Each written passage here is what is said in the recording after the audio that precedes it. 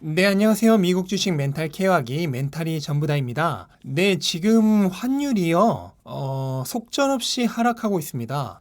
거의 날개 없는 추락이라는 말이 생각날 정도인데요. 작년에 최고 1296원까지 찍었던 환율이 지속적으로 하락을 하더니 최근 2년 6개월 만에 1000원대로 진입을 했고, 심지어 1000원대 진입한 이후에도 엄청나게 하락을 하고 있습니다. 우선 환율이 이렇게 급격하게 하락을 하는 가장 큰 이유는 당연히 달러를 지금 엄청나게 풀고 있기 때문이죠. 지금 페드가 2023년까지 제로 금리를 유지한다고 얘기를 했고, 그 과정에서 심지어 인플레이션이 2% 이상 발생한다고 하여도 일시적으로는 그걸 용인하겠다라고까지 얘기를 한 상황입니다. 한마디로 뭐 달러를 필요하면 무한정 찍어내겠다는 거예요. 또한 코로나로 경제적 타격을 입은 법인이나 개인을 구제하기 위해서 케어스 액트라 그래서 무려 2조 2천억 달러의 엄청난 경제적 부양책을 실시를 했죠. 부양책을 실시를 한다는 건 역시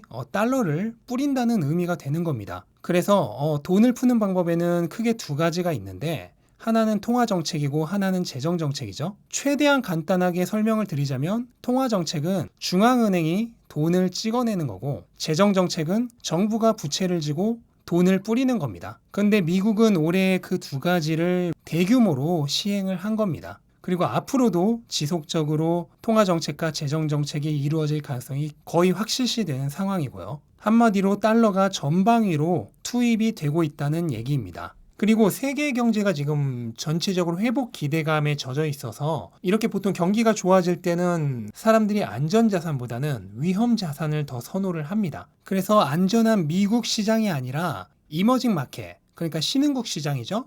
중국이나 인도, 브라질, 그리고 한국과 같은 상대적 위험 시장으로 돈이 흘러들어오는 겁니다. 그러면 외국에 돈이 흘러들어온다는 것은 결국 달러를 팔고 원화를 사서, 또는 브라질 화폐를 사서, 또는 위안화나 한화 같은 신흥국의 화폐를 사서 결국 달러가 아닌 신흥국으로 돈이 흘러들어간다는 거죠. 그러면 달러는 시중에 더욱더 흔해지게 됩니다. 달러뿐만이 아니라 이 세상 모든 것들은 흔하면 흔할수록 가치가 하락을 합니다. 그러니까 달러 가치는 하락을 하고 상대적으로 원화의 가치는 상승을 하겠죠. 원화 가치가 상승을 하면은 1달러로 바꿀 수 있는 원화가 줄어들겠죠. 원화가 더 상대적으로 비싸지는 거니까. 그래서 환율이 하락을 하고 있는 거예요.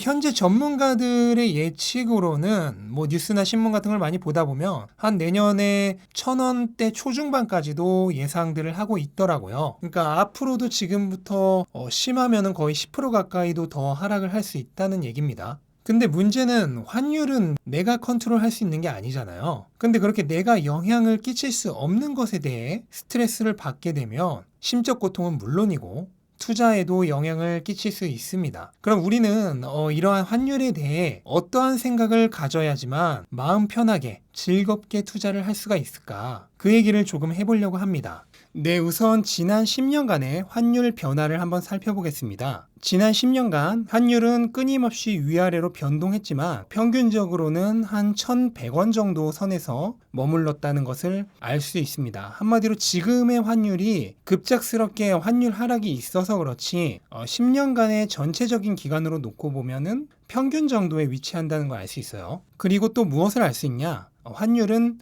비쌀 때도 있지만 쌀 때도 있죠. 그리고 내려갈 때도 계속 내려가기만 하는 법은 없고 올라갈 때도 계속 올라가기만 하는 법은 없으며 크게 보면 결국 평균을 중심으로 해서 위아래로 왔다 갔다 하고 있습니다. 즉 결국 돌고 돈다는 얘기예요. 경제의 불황과 호황이 돌고 돌듯이 달러 가치와 상대적인 원화 가치, 이거 역시도 결국 돌고 도는 겁니다. 우리가 장기 투자를 한다고 한다면 한 최소 5년에서 10년 정도는 보고 가는 것인데, 그러면 그 10년 동안 결국 환율은 몇 번이나 돌고 도는데 우리가 지금 일시적으로 환율이 하락한다고 해서 크게 걱정할 필요가 있느냐는 거죠. 지금 당장 달러를 주식을 팔았다고 하더라도 그거를 한화로 다시 환전하실 분은 별로 많지 않죠. 대부분 다시 투자하실 거 아닌가요? 근데 만약에 내가 2, 3년 안에 쓸 돈인데 그때 환율이 안 돌아오면 어떡하나요? 라고 걱정하실 수 있는데, 그래서 모든 투자의 선배들이 하는 말들이 있잖아요. 바로 투자는 여윳돈으로 하라. 이 얘기가 괜히 나온 게 아닙니다. 절대로 투자는 목적 있는 돈으로 하시면 안 돼요. 특히나 수년 이내에 사용처가 분명히 있을 것 같은 돈이라면 함부로 투자에 써서는 안 됩니다. 10년을 묵혀놔도 상관없는 돈으로만 하시는 게 가장 좋아요. 물론 이건 각자의 사정에 따라 다르겠지만 대부분의 투자의 선배들이 여윳돈으로만 투자를 하라고 하는 게 바로 이런 이유입니다. 그래서 여윳돈으로 투자를 한다면 환율은 불안 요소가 아니고요. 오히려 일종의 완충제 역할을 해줍니다. 반대의 경우를 한번 생각해 보세요. 주식에서 별로 수익이 좋지 못한데 오히려 환율이 올라준다면, 한국에서 원화로 주식을 한다면 중간에 충격을 흡수해줄 완충제가 전혀 없습니다. 하지만 미국 주식은 오히려 환율이라는 완충제가 중간에 한번 충격을 흡수해줄 여지가 있는 겁니다. 시간만 충분히 준다면 환율은 결국 다시 돌아오니까요. 그리고 아직 투자금이 그렇게 많지 않으신 분들, 그래서 지금 들어가 있는 돈보다 향후 추가적으로 투입할 돈이 더 많으신 분들이라면 이렇게 환율이 하락 추세인 걸 오히려 고마워해야죠. 앞으로 미국 주식을 더 싸게 살 수 있게 된다는 거니까요. 내가 좋아하는 브랜드가 앞으로 계속해서 할인을 한다는데 더 기뻐해야 되죠. 더 싸게 살 수 있게 된다는 거니까. 환율이 더 내려가면 계속해서 사고 싶은 미국 주식을 더 싸게 살 수 있는 겁니다. 환율은 결국 기다리면 다시 돌아옵니다. 그거는 역사가 증명해 주는 거예요. 경제가 불안과 호황을 돌고 돌듯이 환율도 반드시 돌고 돌아요. 그러니까 여윳돈으로 투자를 하고 환율은 기다렸다가 비싸질 때 그때 바꾸면 되는 거예요.